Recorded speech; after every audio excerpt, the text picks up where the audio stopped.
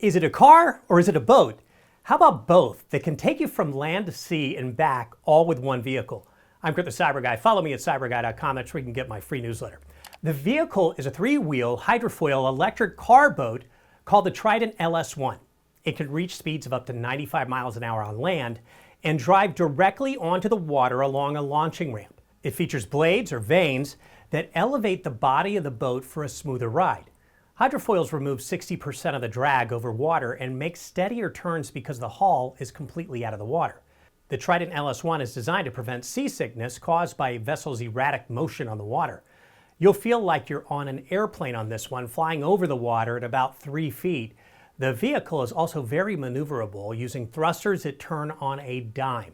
The Trident LS-1 can fit 4 people, has all the necessary safety features, and can be parked in your garage tomorrow. Well, not tomorrow. The first models are planned to be sold by December 2025 in the range of about $100,000. Are you getting my newsletter? Get it for free by clicking the red button at my site. Type in cyberguy.com.